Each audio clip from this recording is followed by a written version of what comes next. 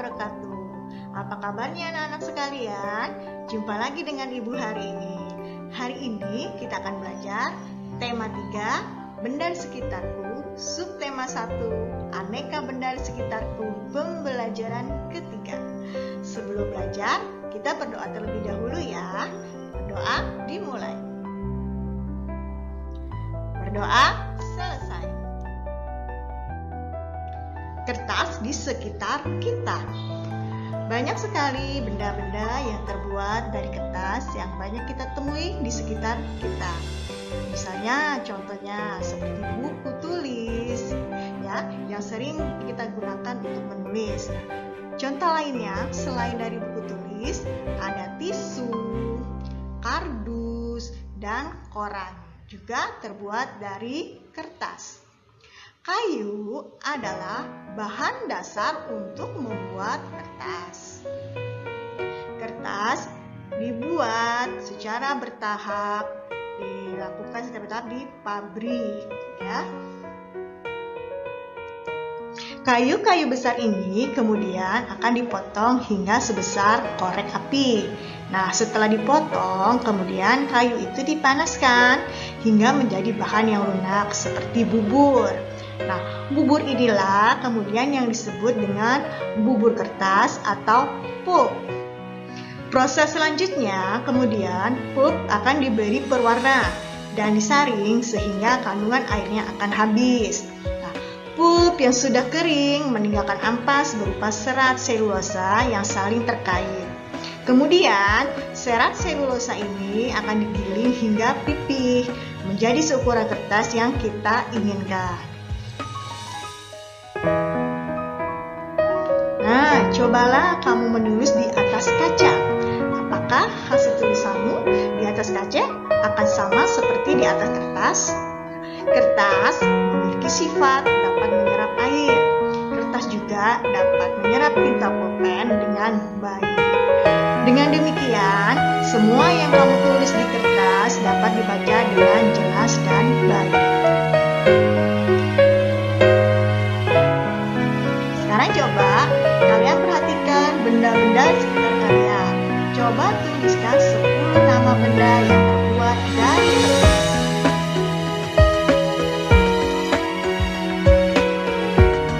Anak-anak, sebuah fakta menunjukkan kalau kita bisa menghemat 1 ton kertas, berarti kita bisa menghemat batang pohon ya, sebanyak 13 buah batang pohon besar.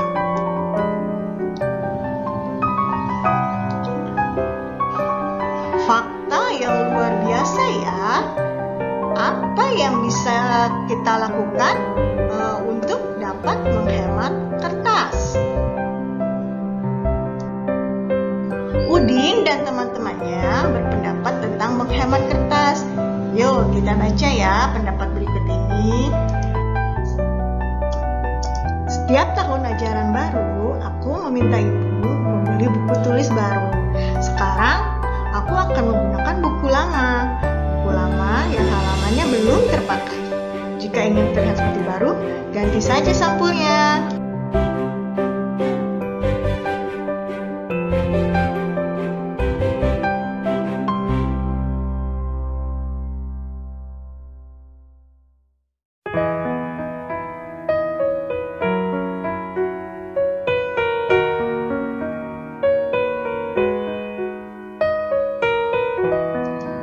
Kaila akan memanfaatkan kertas yang masih dapat digunakan.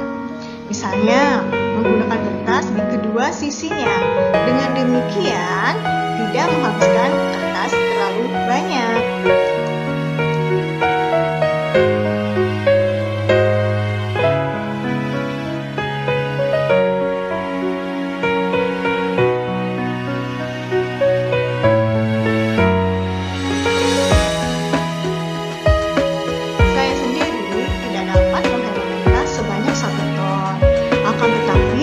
Setiap orang melakukan penghematan, pasti berton-ton kertas dapat dihemat. Asik bukan?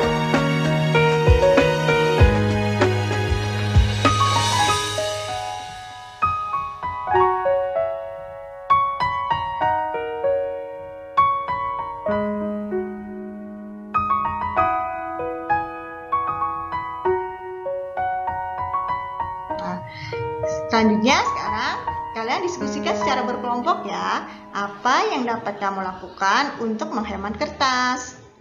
Setelah itu kalian tuliskan hasil diskusi kelompokmu. Jangan lupa perhatikan penggunaan huruf besar dan tanda baca yang tepat.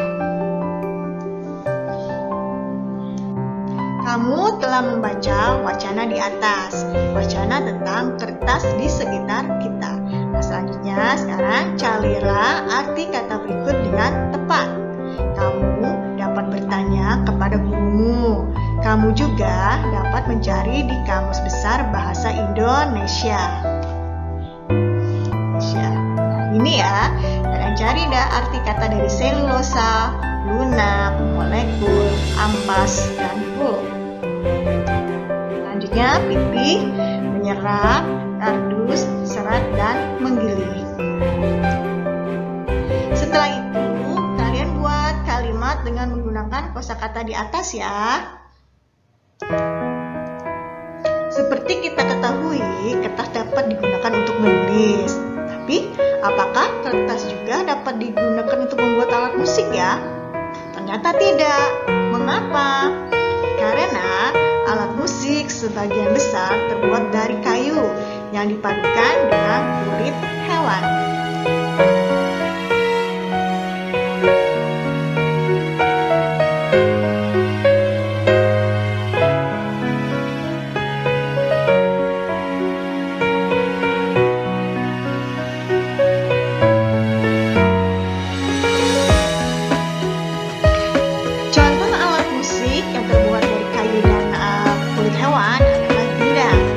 Gendang cara memainkannya itu dengan cara dipukul. Kamu dapat bernyanyi diiringi gendang atau juga dengan tepuk tangan.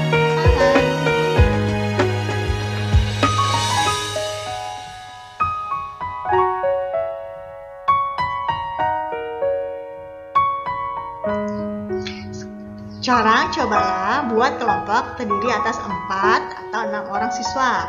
Setiap kelompok memilih 2 jenis benda yang dapat menghasilkan bunyi-bunyian. Cobalah berlatih mengiringi lagu teka-teki. Nah, lagu ini sudah dipelajari sebelumnya ya. Masih ingat kan?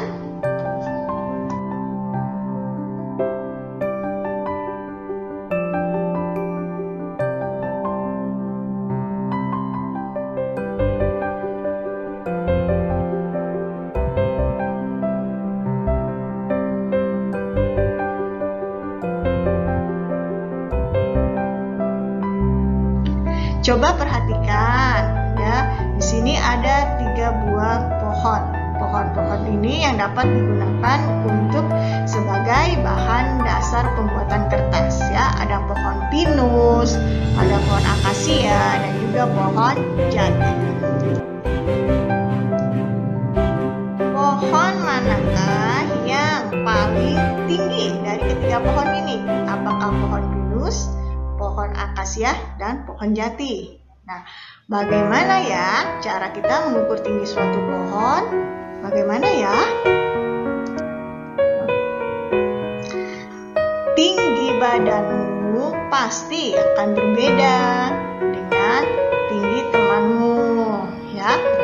Apakah semua panjang atau tinggi benda dapat diukur dengan menggunakan alat yang sama? Dapat tidak ya?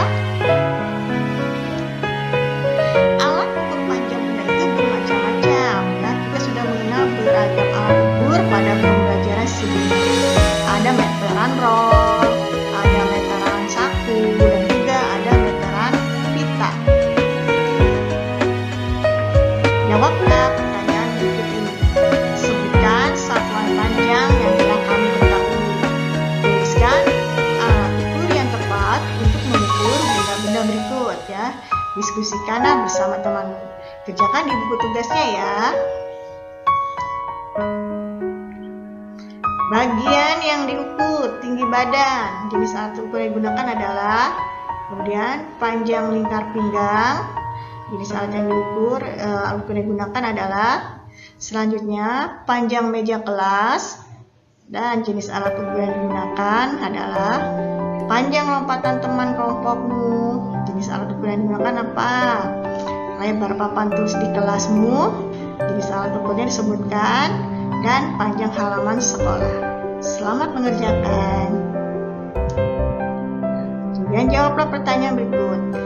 Ukurlah 5 orang temanmu di kelas ya. Kemudian tuliskan hasilnya pada tabel berikut ini. Gunakan satuan panjang cm dalam pengukuranmu. Selanjutnya urutkanlah hasil pengukuranmu. Mulailah dari yang terpendek hingga yang tertinggi. Tuliskan nama temanmu di sini ya. Namanya siapa saja. Kemudian tuliskan tinggi dari temanmu tersebut. Jangan lupa pakai satuan sentimeter. Demikianlah pembelajaran kita pada hari ini ya anak-anak. Sampai bertemu kembali dengan Ibu pada pembelajaran selanjutnya. Assalamualaikum warahmatullahi wabarakatuh.